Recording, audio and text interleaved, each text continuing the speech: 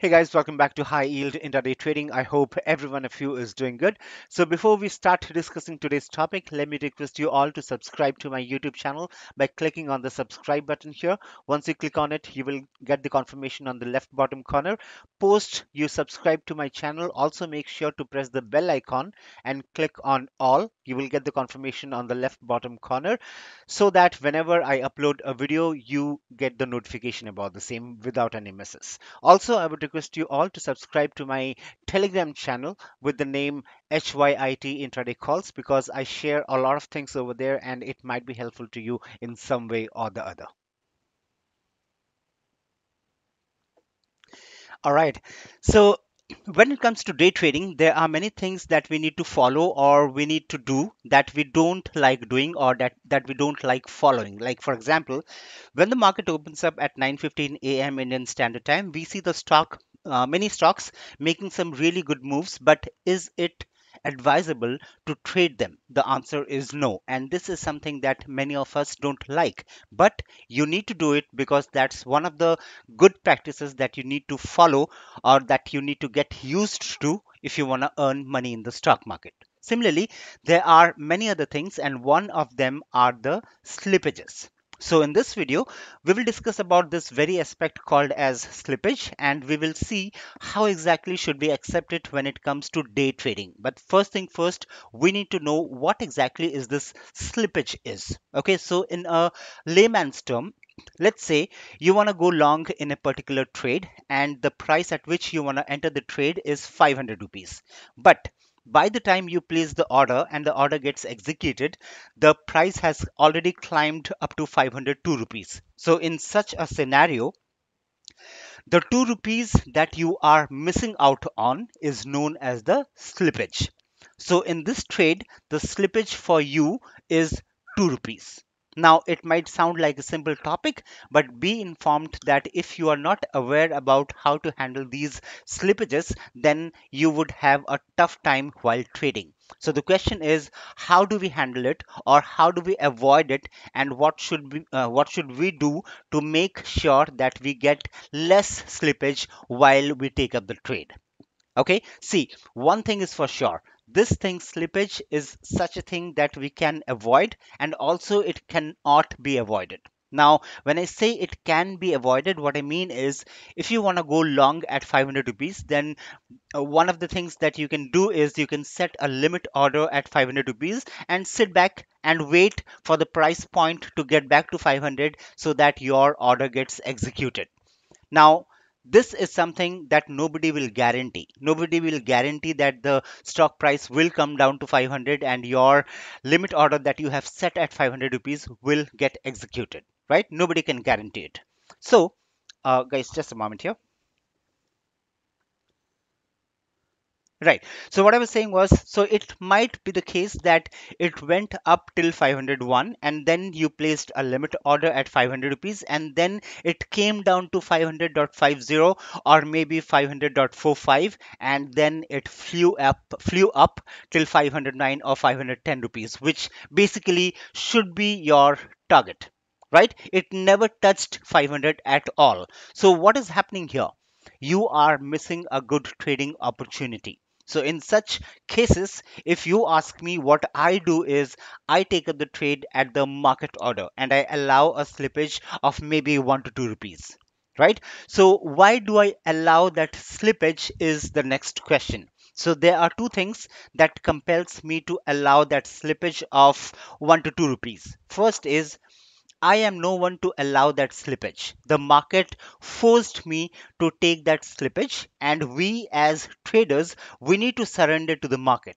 Right? We cannot be rigid on the fact that the price will come down to 500 rupees and my limit order will be executed. Now, second point is if I'm going long, that means that my technicals are asking me to go long based on various factors. The technical analysis that I have done, depending on that, I have decided that okay, this is the trade wherein I will initiate a buy order. I will go long in this particular trade. That was absolutely depending on the technical analysis that I have done. So if I am anticipating the price to anticipating the price to go up, then of course I expect to book a profit of at least 4 to 5 to 6 rupees in this 500 rupees stock, right? Now, since I have accepted the slippage, the best thing that I can do here is to book my profits at maybe 4 points rather than waiting for 5 to 6 points. So basically, I'm reducing my target by maybe 1 rupees or 1 rupees 50 paise or maybe even 2 rupees, which should not be an issue at all. I I hope you're getting the point, right? Now, let me repeat it once again. So, in a particular trade, if you are initially missing a couple of points, okay, if you are trading a 500 rupees script and while entering, you had in your mind that I will enter at 500 rupees, but the price movement did not allow you to make the entry at 500 rupees, and you were forced by the market to take a long entry at 502 rupees. So what has happened here? You have already accepted a slippage of 2 rupees in a 500 rupees stock. Now for a 500 rupees stock, as I always suggest, have the target at around 1%, right? So 1% of 500 is 5 rupees. So if you are making an entry at 500 rupees, normally you should aim at a target of around 505 rupees or 506 rupees. But in this case, your entry was taken up at 502 rupees. So if you target for 507 or 508 rupees, that might be too much, right? So even if your entry has been taken at 502 rupees, aim for 505 rupees or maybe 506 rupees. So in this case, you are reducing your target, which should not be an issue at all, because you are reducing your target by just 1 rupees 50 paise or maybe max to max 2 rupees. So that won't make much difference to your profits. Okay, so I hope you got it right here, right?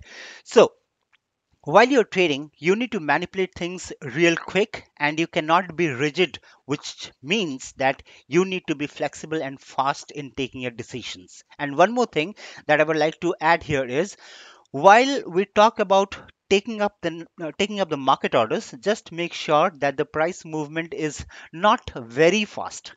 Okay, it should not be the case that you are accepting the slippage of 1 to 2 rupees and you are ready to take up the trade at 502 rupees, but since the price movement is really fast, you end up entering the trade at 506 or 507 rupees. So in this case, the slippage was on a negative side.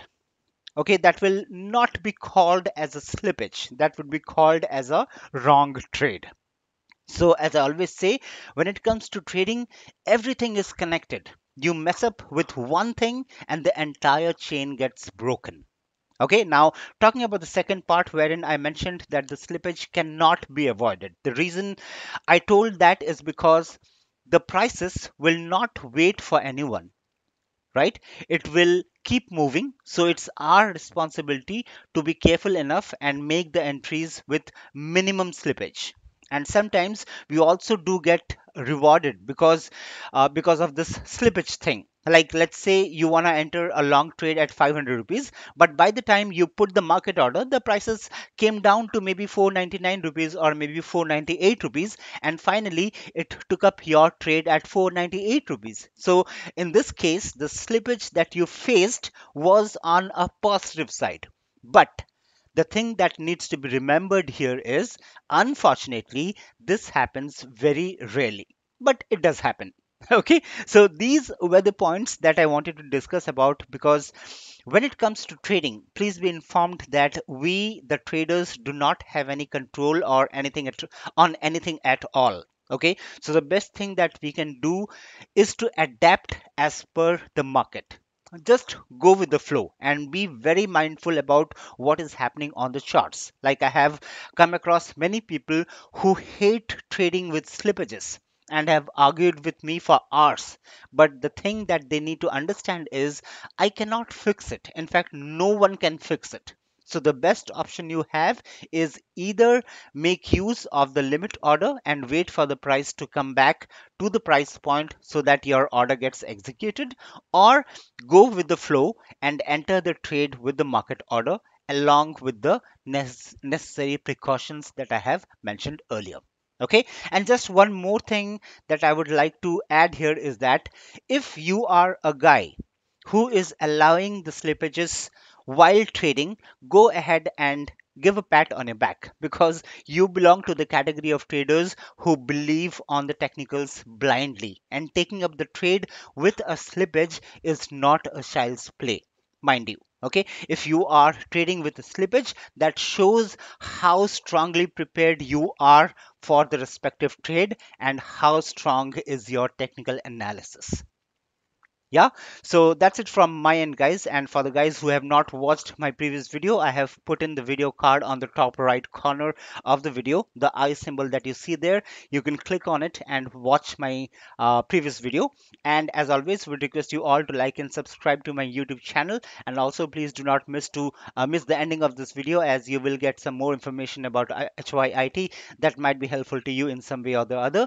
And please feel free to ask your questions or queries, if any, in the comment section, and I will surely reply back to them. And also, please do not forget to like this video if you liked it. So that's all from my end, and I will see you all later. Hope you all will stick back. Happy trading and take care of yourselves. Bye